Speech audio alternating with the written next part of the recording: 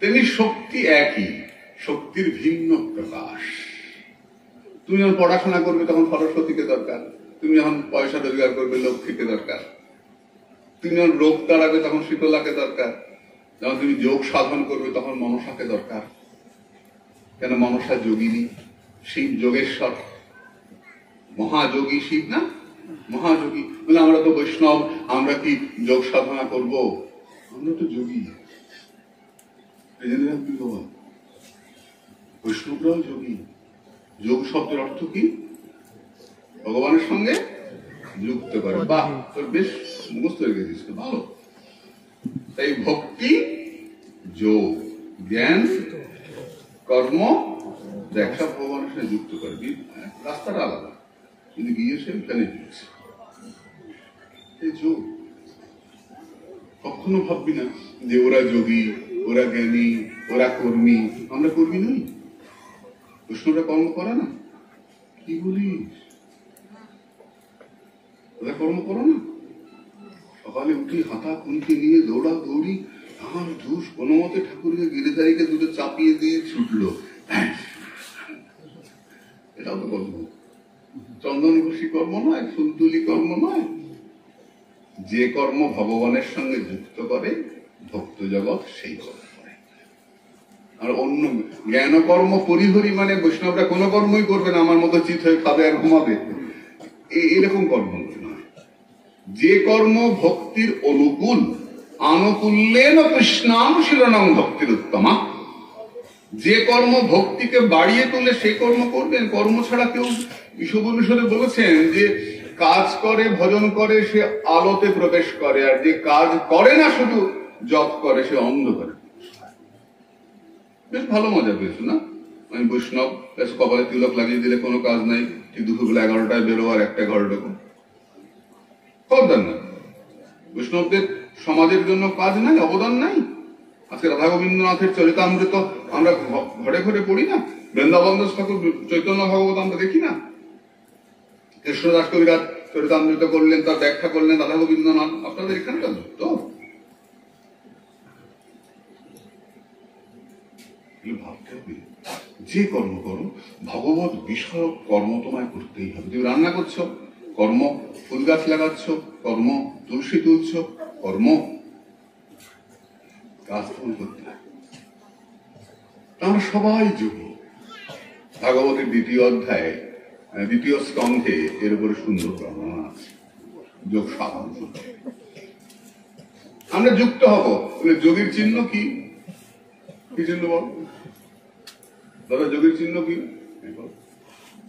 সাপ। তাই মনসার গায়ে সাপ, শিবের গায়ে সাপ, নারায়ণ সাপের উপর শুয়ে থাকেন, থাকেন না? শান্তাকারং ভুজগশয়নম, সমুদ্রের উপরে সাপ, তারপর নারায়ণ শুয়ে থাকেন। শিবের গায়ে সাপ, মনসার গায়ে সাপ। আমরা বৈষ্ণবরা, আমরাও সাপ। কোথায় সাপ? দেখা দেখা সাপ, দেখা দেখা, এই দেখ সাপ। মুখটা বড়, লেজটা ছোট। দুটো তো একরকম হতে পারত, দুটো গুটিতে একরকম হতে পারত, একরকম নয়। কোথায়? এটা কত বড়, এটা কত ছোট। কেন? সর্প যোগের প্রতি। এটা আমাদের সনাতন ধর্ম, এটা আমাদের হিন্দু ধর্ম। বড় থেকে ছোট, ছোট থেকে বড়। সর্প। এবার জিজ্ঞেস করিস না যে গুরুদেব মালাটা এরকম কেন? দুটো গুটি সমান হলেই তো ভালো হতো, একটা বড় একটা ছোট কেন? জিজ্ঞেস করিস না? মনে হয় না গুরুদেব দিলেন, জপ করছি, বা নিজের ইচ্ছায় জপ করছি, এরকম দুটো কেন? সর্প, সাপ। প্রত্যেকটার পেছনে আমাদের কারণ আছে। কেন বলার জিজ্ঞাসার অধিকার আছে তোমার। তুমি জিজ্ঞাসা করো আমাকে, এটা কেন? এটাই আমাদের যোগের প্রতীক। এবার বৈষ্ণবদের একটা বিশেষ ব্যাখ্যা আছে, সেটা হচ্ছে এটা রাধা কৃষ্ণ, এই 8টা হচ্ছে প্রধান সখী, বাকি 100 সখী, এটা রাসমণ্ডল। এটা বিশেষ ব্যাখ্যা। প্রত্যেকটা জিনিসের সামান্য ব্যাখ্যা, বিশেষ ব্যাখ্যা হয়। এটা বিশেষ ব্যাখ্যা, কিন্তু সাধারণ তুমি যদি ধরো তাহলে সনাতন ধর্মে এই মালা হচ্ছে যোগের প্রতীক। ভগবানের সঙ্গে যুক্ত হবে, তাই তোমাকে মালাই করতে হবে। বলে মেশিন দিয়ে করলে হয় না, মেশিন দিয়ে মালার কাজ হবে না। কারণ কৃষ্ণ ভক্তি প্রদায়িনী তুলসী, মেশিন নয়। এই নিবেদন করো, সখীর অনুজ্ঞা করো বলো না তোমরা, তাই কৃষ্ণ ভক্তি প্রদায়িনী কে? তুলসী, বৃন্দা দেবী। মালা কৃষ্ণ ভক্তি প্রদায়িনী, মেশিন কৃষ্ণ ভক্তি প্রদায়িনী। কাউন্টার ঠিক আছে, জপের জন্য সুবিধা, টক টক টক টক করছে, নাম তো হচ্ছে, কিন্তু শক্তিটা মালার মধ্যে নেই।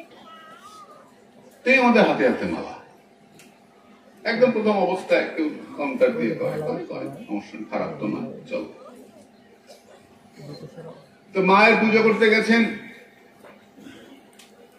নন্দ মহারাজ, পুজো করে বলছেন, মা আমার গোপালকে ভালো রাখিস। মা রাত্রে ঘুমিয়ে আছেন, একটা সাপ এসে পায়ে দিয়ে গিলে ফেলছে নন্দ মহারাজকে।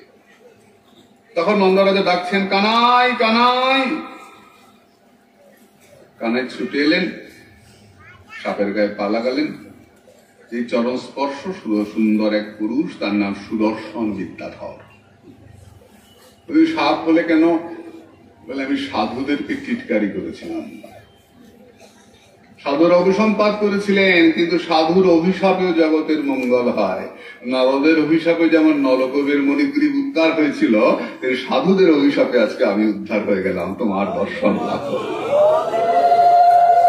তাই মহাজন বলছেন যে সাধুদের অভিশাপে যদি জগতের এত মঙ্গল হয়, তাহলে সাধুদের আশীর্বাদের না জানি কত। সাধুর চরণ ধুলি যে মাথায় পেয়েছে, না জানি তার কত মঙ্গল হয়। একদিন রাম ও কৃষ্ণ তারা বিহার করছেন, এই সময়টা দৈত্য এলো, শঙ্খচূড় দৈত্য গোপীদেরকে নিয়ে চলে গেল। রামকৃষ্ণ তাড়া করলেন, ভয়ে ফেলে গেল। বলরাম পাহারায় থাকলেন, কৃষ্ণ গিয়ে ধরলেন, শঙ্খচূড়কে মারলেন। তার মাথায় একটা মণি ছিল, মণিটা এসে বলরামকে উপহার দিলেন। যতক্ষণ কৃষ্ণ গরু চড়িয়ে ফিরে না আসতেন, ততক্ষণ সবাই বৃন্দাবনে মন খারাপ করে থাকত, কৃষ্ণ কখন আসবে। আর যখন কৃষ্ণ ফিরতেন বাঁশি বাজিয়ে বাজিয়ে, তখন তাকে দেখার জন্য সবাই ভিড় রাস্তার দুপাশে। কোন মেয়ে আবার যশোদার কাছে চলে আসে, কি করো এই গল্প সেই গল্প। এই গল্প সেই গল্প নয়, রাস্তায় ভালো করে দেখতে পাবো না, তাই বাড়িতে আসলে ভালো করে দেখতে, তার জন্য তারা চলে আসছে। কে কথা বলে?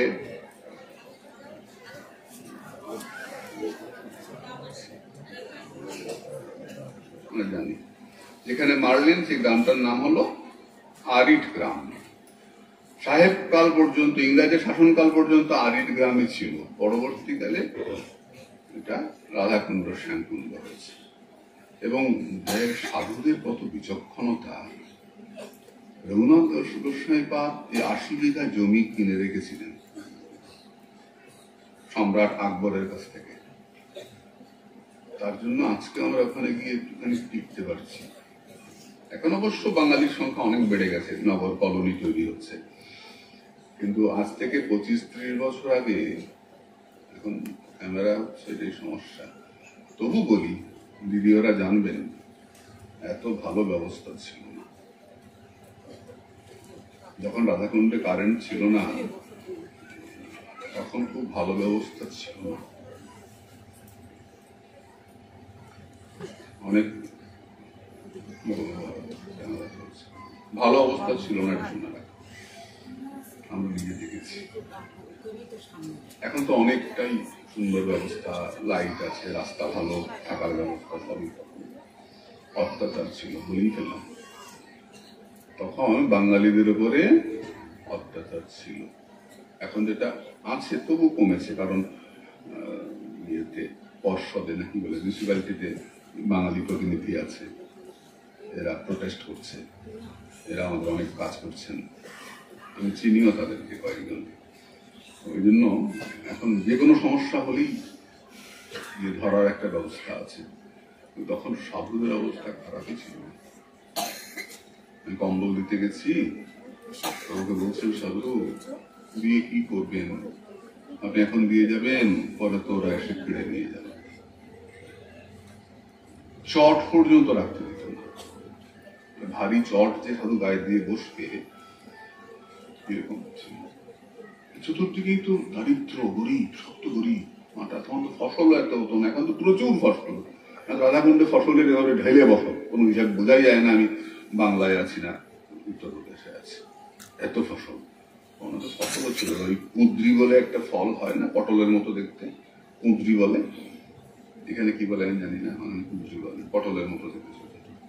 ওই ফলটা পাওয়া যেত। আর ওই কাঁকুড়, লম্বা লম্বা শশার মতো কাঁকুড়, এরকম টুকটাক সামনে কিছু পাওয়া যেত না। বাংলা থেকে যেত কুমড়ো, পটল, অনেক কিছু। খাওয়ার কষ্ট, জলের কষ্ট। আমি নিজে বালতি করে জল করেছি, জল নাই, রাধাকুণ্ড থেকে জল তুলে ভোগ রান্না হতো। এই আমি দেখেছি, খুব বেশি দিন আগের কথা নয়। তখন মনে হতো, এখনো মনে হয় যে রঘুনাথ দাস গোস্বামী পাদ কত বিচক্ষণ। আজ থেকে 500 বছর আগে তিনি 80 বিঘা জমি, রাধাকুণ্ড শ্যামকুণ্ড আশেপাশ মিলিয়ে 80 বিঘা জমি উনি সম্রাট আকবরের কাছ থেকে কিনে রেখে গেছিলেন। ওই দাস গোস্বামীর গদ্দি, যে গদ্দি পরপর মহন্ত নয়, এখন যিনি আছেন আমাদের দাদাজি আছেন মহন্ত, এই পরপর মহন্তরা এটাকে রক্ষা করছেন, না হলে আমাদের মুশকিল ছিল। এখন অবশ্য অনেক শক্তিশালী বাঙালি সমাজ, অনেক ফ্ল্যাট তৈরি হচ্ছে, কিন্তু ভজনের পরিবেশটা কমে গেছে। তখন অত্যাচার ছিল, কিন্তু এটা ভজনের পরিবেশ ছিল। সন্ধ্যার পরেই স্তব্ধ রাধাকুণ্ড, এত লাইট, এত ডিজে মাইক, এত পরিক্রমা। আমি যা প্রথম দেখেছি স্তব্ধ সব। একাদশী দিন সব নির্জলা ব্রত, ত্যাগের ভূমিকা। এখন তো সব ওই মাসিমাকে গিয়ে দিতে যাচ্ছে, ঠাকুমার সঙ্গে নাতি নাতনিরা যাচ্ছে, টুরিস্ট চল দেখে আসবি, মাসিমা বলেছে, যাচ্ছে ঠাকুমার সঙ্গে, মাসিমার সঙ্গে। এখন তো হাফ প্যান্ট, ছোট ছোট জামা সবই চলছে। এখন আর কলকাতার রাধাকুণ্ডে আলাদা কিছু নেই। আমরা দেখেছি মেয়েরা রাধাকুণ্ডে চাদর ছাড়া বেরোতেন না, সবসময় ঘোমটা দিয়ে চাদর গায়ে থাকত। লুঙ্গি, সিগারেট, হাফ প্যান্ট। সেই আমাকে এক সাধু বাবা বলছিলেন, মহাত্মা নন্দলাল পণ্ডিত, প্রিয় শিষ্য, আমাকে বলছিলেন যে বাবা, সাধুরা এগুলো সহ্য করতে পারছে না। এই যে এত বিষয়ী লোক আসছে এবং এদের যে আচরণ, সাধুরা সহ্য করতে পারছে না, নিতে পারছে না। একটা ছেলে মনের মধ্যে ত্যাগ নিয়ে গেল, ওখানে গিয়ে দেখলো ওরে বাবা, ওখানেও তো ভোগের চরম, এসি চলছে, মার্বেল লাগাচ্ছে, মান্না মিঠাই খাওয়া হচ্ছে, আর তো ইত্যাদি ইত্যাদি যা যা সব ইন্দ্রিয় ভোগ থেকে আরম্ভ করে সবই চলছে। তো কি হচ্ছে, ওদের ত্যাগ নিয়ে গেল শ্রীকুণ্ডে, গিয়ে ভোগ দেখে আস্তে আস্তে আগুনের পাশে থাকলে যা হয়, তাপ লাগে, ভজন নষ্ট হয়ে গেল, অনুভূতি নষ্ট। তার জন্য এখন যা দেখতে পাই যে যারা সত্যি সত্যি ভজনের জন্য যাচ্ছেন, ত্যাগী মহাত্মা, তারা একটু দূরে থাকছেন, আসছেন, রাধাকুণ্ডে স্নান করছেন, পরিক্রমা দিচ্ছেন, চলে যাচ্ছে। নাই কি? প্রচুর আছে। আমার পাপি চোখ দেখতে পায় না, প্রচুর আছে। কিন্তু আমার যেটা বক্তব্য, সেটা হচ্ছে আমরা বাঙালিরা গিয়ে পরিবেশ নষ্ট করে দিচ্ছি। এটা আপনারা একটু ভাববেন, যারা বৃন্দাবন যাবেন তারা যেন ওখানকার পরিবেশটাকে নষ্ট করবেন না। ওখানে প্রভুপাদ রাধাকান্ত গোস্বামী চেয়ারম্যান ছিলেন, আমাকে ডেকে বলছেন, বাবা একটা কথা বলি, বাঙালিরা এসে আমাদের সংস্কৃতিটাকে নষ্ট করে। কেন চাচাজি, কেন নষ্ট করলো? আমাদের বাচ্চারা আগে রাধে রাধে ছাড়া বলতো না, এখন টাটা বাই বাই। বাঙালিরা এসে আমাদের সংস্কৃতিটাকে নষ্ট করে দিল, সত্যি।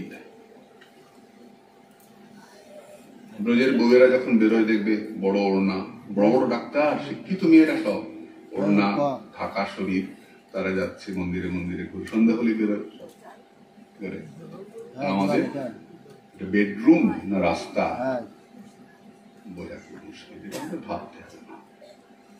পাঠ শুনলাম, মনের মধ্যে ইচ্ছে হলো বৃন্দাবন যাচ্ছে, বৃন্দাবনে গিয়ে লুঙ্গি পরে ঘুরলাম, বেলা 10টার সময় নাইটি করে রাস কাটতে কাটতে যাচ্ছি। কি বস্তু বোঝা গেল না, কি ভক্তিমতী না বোঝা যাচ্ছে না অন্য কিছু। অনেক বেলায় উঠলাম, রাস করতে করতে নাইটি একটা পরে, ও কি সাধুদের ধর্ম নষ্ট করে দিবি তো?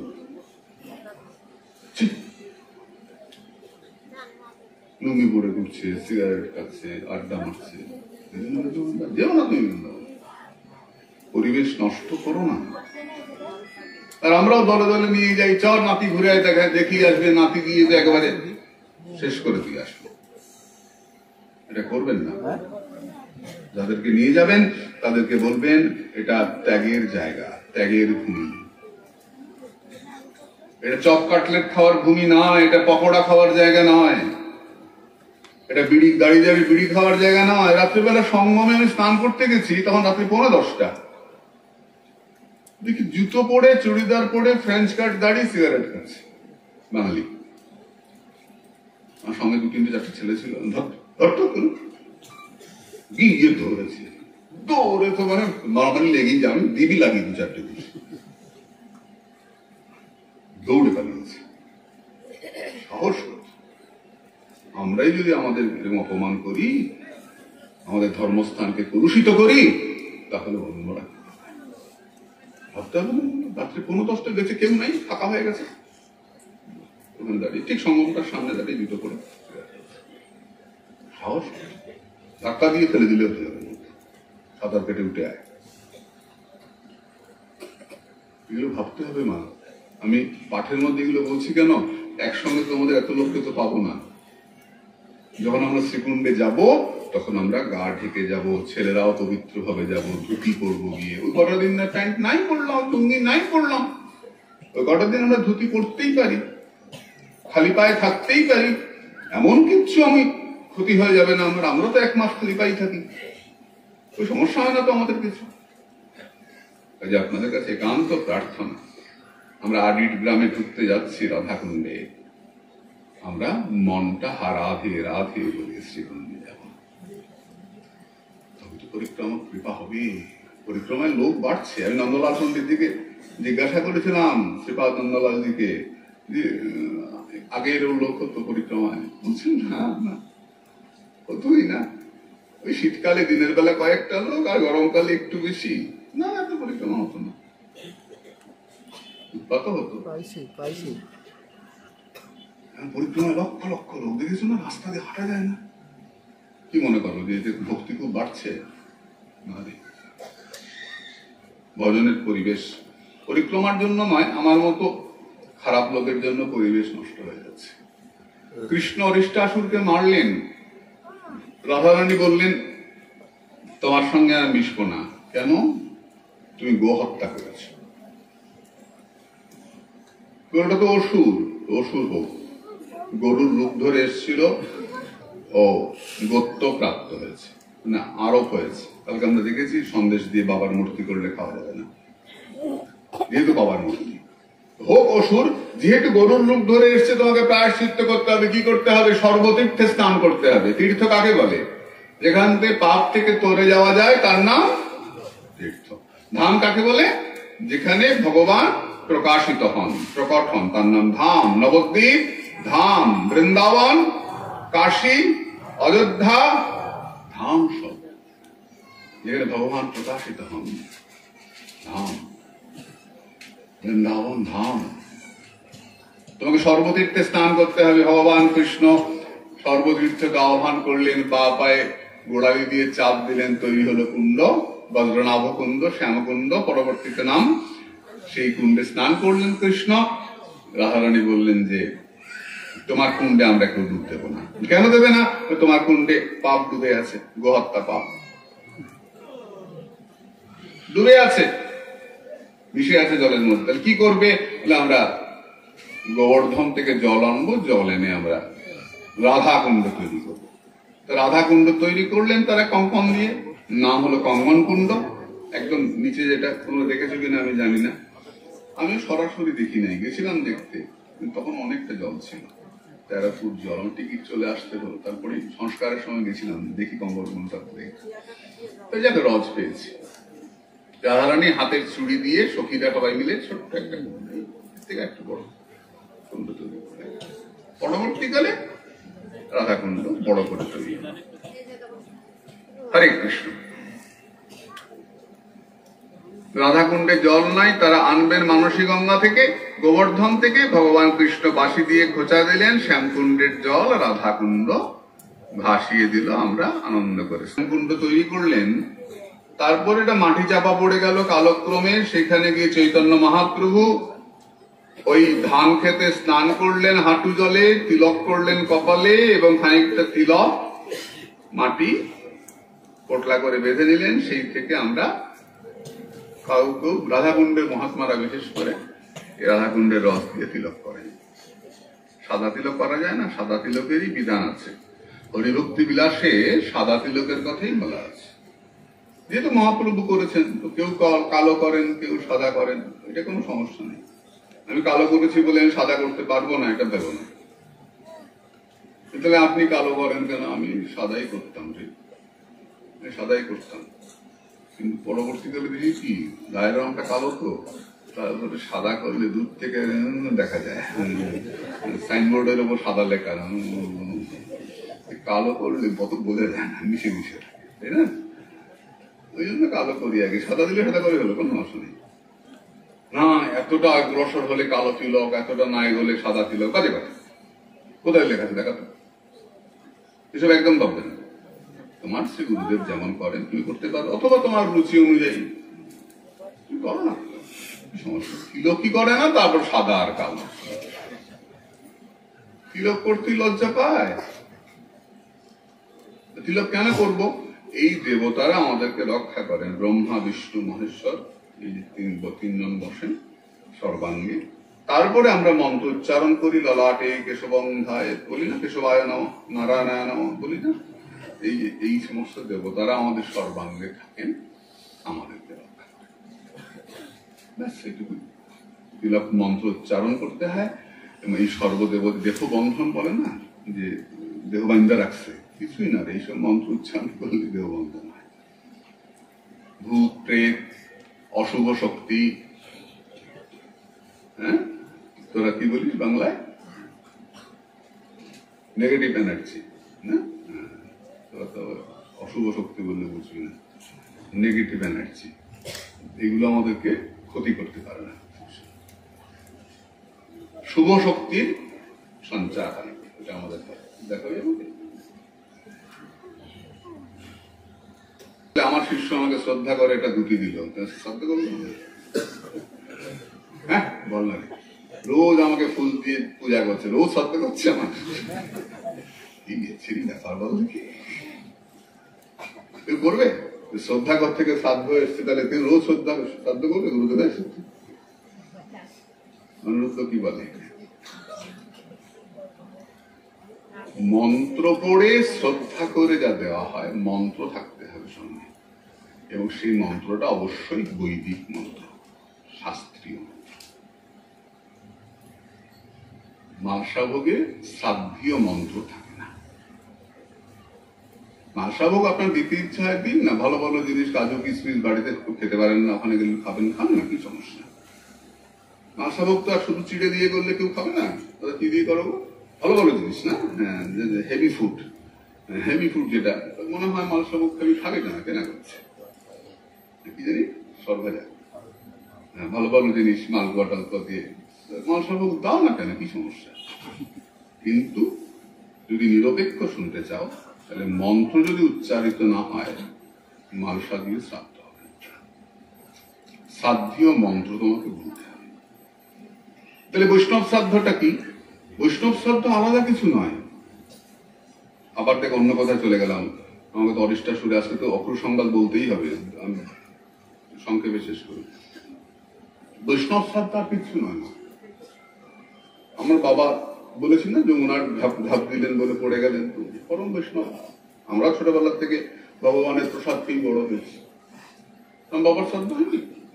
আমার মা কদিন আগে 2 বছর হলো দেওয়া রেখেছেন, বাবা 10 বছর হবে, শ্রাদ্ধ হয়নি। এসব কোনো প্রশ্নই উঠে নাই। বৈষ্ণব শ্রাদ্ধ কি, কি শ্রাদ্ধ? ওদের পার্থক্যটা কি? পার্থক্য, আমরা একাদশীতে অন্ন দিয়ে শ্রাদ্ধ করি না, রুটি দিয়েও করি না। একাদশীতে শ্রাদ্ধ করলে হরিভক্তি বিলাস অনুযায়ী হরিভক্তি বিলাস হচ্ছে বৈষ্ণবদের একটা স্মৃতি গ্রন্থ, নিয়ম। স্মৃতি মানে নিয়ম। একটা সাধারণ নিয়ম গ্রন্থ আছে পুরোহিত দর্পণ, সাধারণ নিয়মে মালা দেখালাম, সর্প বিশেষ নিয়মে রাধারানী সখী বিশেষ নিয়ম, এরকম সাধারণ নিয়ম একটা আছে পুরোহিত দর্পণ। পুরোহিত দর্পণকে স্বীকার করে তারপরে বৈষ্ণবাচার দর্পণ, হরিভক্তি বিলাস। কিরকম পার্থক্য? সাধারণ দর্পণে বলা হয়, পুরোহিত দর্পণে, যে অক্ষয় মুক্তি কামনায়, অক্ষয় স্বর্গের জন্য আমার বাবা যেন অক্ষয় স্বর্গ লাভ করেন। বৈষ্ণবরা বলেন স্বর্গ তো অক্ষয় হয় না, স্বর্গ থেকে ফিরে আসতে হয়, পুণ্যক্ষয় মর্তলোকা অভিসন্তি। তাই আমরা অক্ষয় স্বর্গ চাই না, আমরা বৃন্দাবন কামনা করে আমার বাবার জন্য বৃন্দাবন প্রাপ্তি হয়। এরকম টুকরো টুকরো পার্থক্য, টুকরো টুকরো পার্থক্য। এমনিতে পিণ্ডদান হয় আমাদের বৈষ্ণব শ্রাদ্ধে, জগন্নাথের প্রসাদ দিয়ে পিণ্ডদান হয়, বা ভগবানের ভোগ লাগে, ভোগটা বেরিয়ে এসে ভোগের অন্ন দিয়ে পিণ্ডদান হয়। কিন্তু পিণ্ডদান করতেই হবে, বলে পিণ্ড দেবো না, মালসা ভোগ দেবো, আমি এই নিয়মটা জানি না। কারণ আমরা গৃহস্থ, গৃহস্থকে গৃহস্থের নিয়ম মানতে। বৈষ্ণব শ্রাদ্ধ বলতে আলাদা কিছু নাই, বৈষ্ণব শ্রাদ্ধ বলতে ওই একটু একটু নিয়মটা বিশেষ নিয়ম। খাওয়া দাওয়ার ব্যাপার আমরা নিরামিষ, ভগবান যখন, আমি যেদিন বাবা মারা গেছেন তাকে যখন আমি মহাপ্রসাদ দিচ্ছি, তো নিশ্চয়ই তোমাকে আমি মাছ খাওয়াবো না, নিশ্চয়ই খাওয়াবো না। এই যে শ্মশানে গেলে শ্মশান যাত্রীকে খাওয়াতে হয়, খাওয়াস না, সবাই মিলে খাওয়ায় না। বিশ্বাস করবি, আমি মাইকেই বলছি, আমার বাবার শ্মশানে, মায়ের শ্মশানে আমি কাউকে খাওয়াই। একমাত্র শেষ পর্যন্ত যারা ছিল, গঙ্গা স্নান করে ফিরে আসার সময় খিদে পেয়েছে, সবারই খিদে পেয়েছে, মিষ্টির দোকানে ঢুকিয়ে না মিষ্টি খান, সবাই দুটো করে রসগোল্লা, চল। আমার ছেলেরা সঙ্গে ছিল, রসগোল্লা। এদিকে আমার বাবা মারা গেছে, আমি খিদে মরবো, তোমার জন্য আমি পাশা জোগাড় করতে দৌড়াবো, কোথায় মাংস কাটা হবে, কোথায় বলা আছে সব কথা? একদম দিবি না। যদি লোকনাথ হয়, ট্রলিতে চাপিয়ে নিয়ে চলে যাবি বাবাকে, মাকে, একদম দিবি না। আমি যাই নি, বাবার যাইনি, বলতেই সাহস পায় না, করে দেবো না, পালাতে বলতেই সাহস পায় না, পূজা করবো, দেখা না খাই। শুকনো অনেক ভিড় হয়েছে, রাত্রি 2টোর সময় মাকে নিয়ে গেছিলাম, প্রচুর লোক, রাস্তায় বসাই খুব খাওয়াইবো, ইচ্ছে খাওয়াই। হ্যাঁ, শ্রাদ্ধ ব্রাহ্মণের 11 দিনে, তার বাইরে 13 দিন একটা সিস্টেম আছে, এখন আছে, নিয়মটা চলছে 15 দিনে। আর যদি ঠিক ঠিক মানো তাহলে 1 মাস পরে, মাসান্তে অশৌচান্ত। কিন্তু আমাদের সমাজ অনেক এগিয়ে গেছে, এখন 1 মাস দড়া কাছা পড়ে ঘুরবার সময় নেই, অফিস কাছারি, ক্লাস, ব্যবসা। এই জন্য কি হয়, আমাদের কি বলেছি, আমাদের ধর্মটা যুগের প্রয়োজনে তৈরি হয়। কোন যুগে ধ্যান, কোন যুগে পূজা, কোন যুগে যজ্ঞ, কলিতে হরে নাম সংকীর্তন। কলিতে দেখা যাচ্ছে যে যজ্ঞ করতে যাও, বাসে যজ্ঞ করতে করতে যাবে, তাহলে বাসে কি করতে পারবে? ধ্যান করতে পারবে? পারবে না। যজ্ঞ করতে পারবে? পারবে না। পুজো করতে পারবে? পারবে না। হোল নাইট বাসে যাচ্ছে, কি করবে? নামমালা কর। আমাদের যুগোপযোগী ধর্মটা, এই জন্য আমাদের 1 মাস, যেটা মাসান্ত অশৌচান্ত, 1 মাসটা কমিয়ে 15 দিন 13 দিনে নিয়ে আসা হয়েছে। এবার কেউ 13 দিন মানে, কেউ 15 দিন মানে, এটা যার যার পরম্পরায় বংশে চলে আসছে, সেটাই মানবে। কিন্তু শ্রাদ্ধে তোমাকে মন্ত্র বলতে হবে। বলে মালসা ভোগ, যারা ত্যাগী বৈষ্ণব তাদেরকে ওখানে, ওরা তো মারা গেছেও বলেন না, বিমানে চড়িয়ে নিয়ে যায়। এবং তোমরা দেখেছো কিনা, আমি রাধাকুণ্ডে শ্রীপাদ অনন্তদাস বাবাজি মহারাজ, শ্রীপাদ নন্দলাল দাসজি দুজনের বিয়েতেই ছিলাম আমি। রীতিমতো আবির খেলা হয়, রীতিমতো ফুল ছেটানো হয়, রাধাকুণ্ডের 4 ধার আবিরে আবির ভরে গেল। কি আবির খেলা! আর সবার হাতে একটা করে শুকনা তুলসী গাছ, নাহলে তুলসী কাঠি, সবাই নিয়ে যাচ্ছে। অসুস্থ হচ্ছে, ঠিক আছে, আস্তে আস্তে নিয়ে করা, এসব কিছু করাই হয় না। তারা সর্বত্যাগী সাধক, ওইখানে দাহ করে কাদা খেলে না, কি খেলে না, কাদা খেলে আনন্দ করে ফিরে এসে একটা ভান্ডারা দিয়ে দেয়, ব্যাস, ওখানেই শেষ। ওইখানে কিছুই মানা হবে না, তারা সব ত্যাগ করেই চলে গেছেন। যারা ত্যাগ করে গেছেন, সন্ন্যাসের ক্ষেত্রে তো বিরজা হোম করা হয়, অর্থাৎ নিজের শ্রাদ্ধ নিজে, আমি গোবিন্দ বাবাকে দেখেছি নিজের শ্রাদ্ধ নিজে করতে। পিণ্ডদান করে একজন চলে গেছে, নিজের চোখে দেখেছে ওই গোবিন্দ বাবু কদিন আগে দেহ রাখুন 3 কোটি প্রভু শিষ্য, আমার জন্য কারো কিছু করতে হবে না, আমি করে দিয়ে গেলাম। গৃহস্থদের মধ্যে অনেকে আছে যারা ছেলে মেয়ে কথা শোনে না, নিজের শ্রাদ্ধ করে দিয়ে চলে গেল, কিছু করতে হবে। ওটা নিয়ে অত মাথা ব্যথা হয়।